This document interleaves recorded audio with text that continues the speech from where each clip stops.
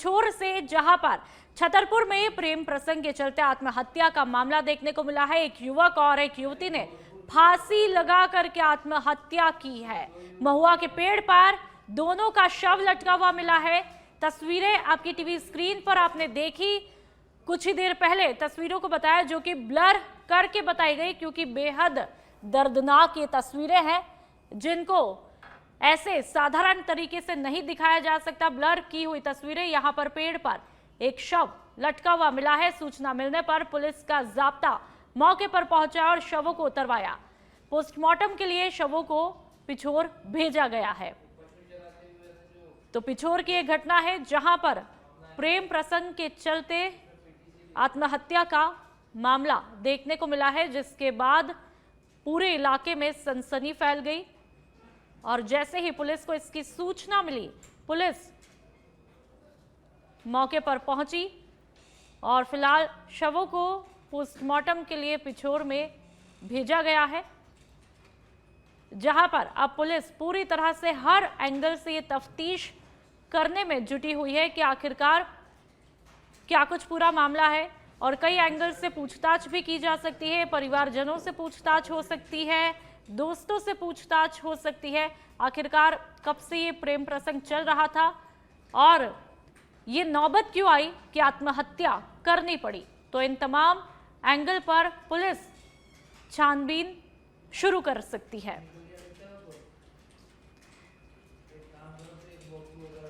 क्या नाम था? राधा। क्या उम्र थी? 17 साल की। अच्छा, तो ये कैसे, क्या मैटर हुआ है? जा पता नहीं हैं? जा पता नहीं। अच्छा अच्छा, तो आपको कैसे जानकारी मिली? हमें तो परी नहीं मिली, मतलब बिस्तर पे नहीं मिली, सबने देखी।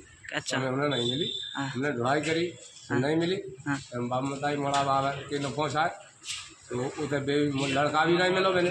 अच्छा फिर भी गए ढूंढवे, फिर टंगे मिली। अच्छा, तो क्या आप कितने बजे सूचना मिली थी आपको? हमें 3 साढ़े 3 बजे। अच्छा, सुबह। अच्छा, तो आपको किसने सूचना दी थी?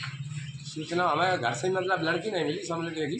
अच्छा, लड़की कहाँ हो सकती है? तो ये कहाँ मिले फिर आपको? हमें नहीं मिले, हम नहीं गए, हम तो अपने घर में बैठ गए। हाँ। लड़का आ गया, सभी ने। मैं उनका बड़ा भाई हूँ। मेरे किसका? जो कुलदीप है। अच्छा अच्छा, जो मृतक है, हाँ। तो मैं उसका वो मेरे चाचा का छोटा लड़का है। अच्छा, तो उसको सर सुबह 5-6 बजे मेरे को फ़ोन आया। हाँ। तो भाई साहब कुलदीप नहीं है घर पे, और ऐसा सुबह फ़ोन लगाया कि एक पेड़ पे टंगे हैं वो। अच्छा, आज ही सुबह? आज सुबह। अच्छा, मतलब दोनों, लड़की और लड़का दोनों टंगे हैं। अच्छा और कितने बजे टंगे ये पता नहीं है। अब घर वालों ने फ़ोन लगाया सुबह, हमने देखा, पुलिस को सूचना की अच्छा कि वहाँ पे दोनों, एक महुआ का पेड़ है अच्छा और लड़की है, उसकी माँ भी हमारे घर, चाचा के घर आई थी। हाँ। रात के 3-3:15 बजे के समथिंग। हमारी लड़की, मेरी लड़की घर। और पिछोर से एक और खबर, जहां पर केंद्रीय मंत्री ज्योतिरादित्य सिंधिया ने क्षेत्र में 4 नए विद्युत उपकेंद्रों की सौगात दी है, जिससे 102 गांवों को 24 घंटे बिजली मिलेगी। इनमें से 2.19 करोड़ की लागत से बने एक उपकेंद्र का उद्घाटन ग्राम गरेठा में किया गया, जबकि 3 अन्य उपकेंद्रों का भूमि पूजन चमरौआ, मुहासा और पीपरा में किया गया।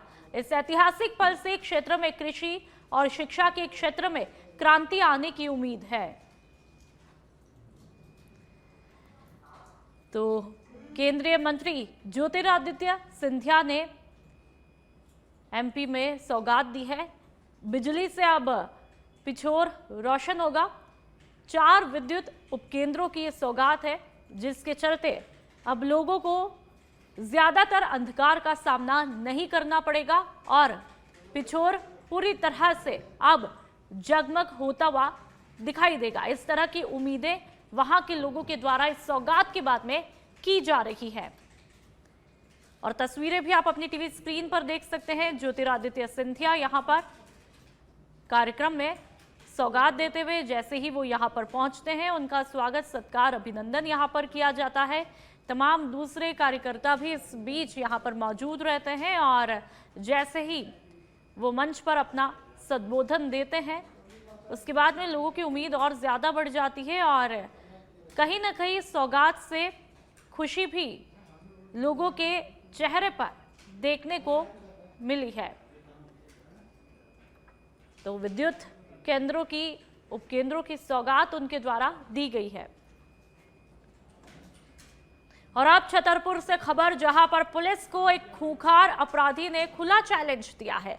जिस कैदी वार्ड में खूंखार आरोपी भर्ती था, उसी वार्ड में पुलिस को बंद किया गया और राइफल लेकर के वो फरार हुआ। ये शातिर अपराधी इससे पहले भी 5 थानों की पुलिस पर फायरिंग कर चुका है और इस मामले में छतरपुर एसपी ने 4 पुलिस कर्मियों को सस्पेंड भी किया है। तो खूंखार अपराधी ने पुलिस को खुला चैलेंज दिया। जिला हॉस्पिटल के कैदी वार्ड से ये फरार होता है और पुलिस को बंद करके राइफल लेकर के फरार होता है। यानी कि पुलिस की नाक के नीचे से अपराधी इस तरह से फरार हो जाता है, जो कि कहीं ना कहीं पुलिस की कार्यप्रणाली पर, कार्यशैली पर सवाल है कि आखिरकार इस तरह से जब बदमाश अपराधी बेखौफ हो जाएंगे तो कहीं ना कहीं दूसरे अपराधों को करने का दुस्साहस इन अपराधियों में बढ़ जाता है। और बेहद खूंखार ये अपराधी बताया जा रहा है, जिसने खुलेआम पुलिस को चैलेंज दिया और पुलिस की व्यवस्था को धत्ता बता करके वहां से फरार हुआ। वो भी हिम्मत तो देखिए, पुलिस को ही बंद करके फरार हो जाता है, जिसके बाद में 4 पुलिस कर्मियों को सस्पेंड किया गया है। के वार्ड में जो कैदी भर्ती था वो कल रात्रि में वहाँ से भागा है और उसके संबंध में तत्कालीन प्रकरण पंजीबद्ध किया गया है। उस पर 10,000 रुपये का इनाम भी घोषित किया गया है। वहाँ पर जो जिनकी ड्यूटी थी उनको लापरवाही के चलते निलंबित भी किया गया है। और हमारी टीम ने कई नाकाबंदी की हुई है। कई जो संभावित स्थान है वहाँ पर लगातार दबिश दी जा रही है। कुछ संदिग्धों को भी से पूछताछ की जा रही है। कुछ अहम सुराग हमारे हाथ में लगे हैं और मुझे उम्मीद है कि जल्दी ही हम उस आरोपी को, रविंद्र परिहार को, गिरफ्तार करने में कितने मामले दर्ज थे इस पर? उस पर पूर्व से प्रकरण पंजीबद्ध से लगभग 6 से अधिक प्रकरण उस पर पंजीबद्ध।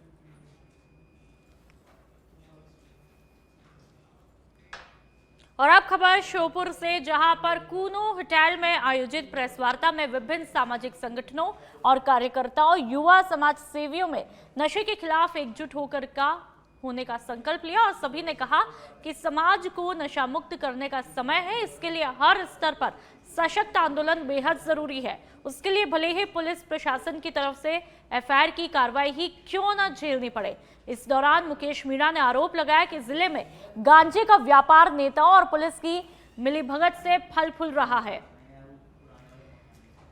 और बेहद गंभीर मुद्दा। और इसको लेकर के होटल में एक प्रेस वार्ता का आयोजन किया जाता है, जिसमें तमाम सामाजिक संगठन यहां पर इकट्ठे होते हैं और एकजुट होकर के संकल्प यहां पर लेते हैं। वो तस्वीरें भी आप देख सकते हैं कि किस तरह से यहां पर सामाजिक संगठनों के साथ साथ कार्यकर्ताओं ने भी भाग लिया है कि नशे के खिलाफ एकजुट होंगे और नशे को जड़ से खत्म करने के लिए बीड़ा उठाने की कोशिश पूरी की जाएगी।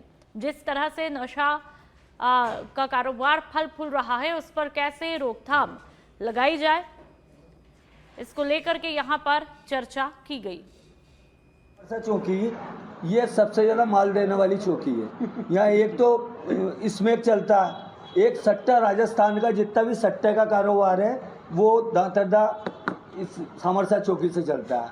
तो वहाँ जो भी जाता है उसको माल देना पड़ता है, क्योंकि उसकी बोली लगती है। वो माल सप्लाई नहीं करेगा तो ट्रांसफ़र करके दूसरे को दे दिया जाएगा, क्योंकि उससे बहुत लोगों को पैसा दिया जाता है। तो ज़्यादातर ये लगता है कि हमें भी पत्रकार सिर्फ लिप्त पाते हैं। जो आज ये अच्छा लगा, सब पत्रकार जो यहाँ मौके पर मिले। स्मैक का नशा एक ऐसा नशा है, स्मैक हो या गांजा हो या दारू हो, सबका नशा ऐसा, बर्बादी के अलावा कुछ नहीं है। हमारे आदरणीय जो अध्यक्ष हैं हमारे सरपंच संघ के, हमारी उनसे भी बात हुई और हमने इस चर्चा पे स्मैक के मामले में, स्मैक का मामला एक ऐसा है कि हर गांव, हर डाणी में पहुंच चुका है और स्मैक के उसके लिए हमने एसपी साहब को भी ज्ञापन दिया है और एसपी साहब से भी हमने क्लियर बोला है कि आप या तो इस नशे को बंद कराओ। नशे बंद वो नहीं करवाते तो हम खुद स्वयं पूरे सरपंच, सब सरपंचों से मैं कह रहा हूँ, सब सरपंचों ने हमें आश्वासन किया है कि हम पंचायत से एक बहुत बड़ा घर घर से आंदोलन चालू करेंगे। वो आंदोलन पहले पंचायत से होगा, पंचायत के बाद में जब पंचायत से ये नहीं सुधरेंगे तो फिर इस आंदोलन को हम जिले में लाएंगे। और जो हमारे भाई हैं जो ये कर रहे हैं, हम इनके साथ कंधे से कंधे मिला के पूरी पंचायत पूरा सरपंच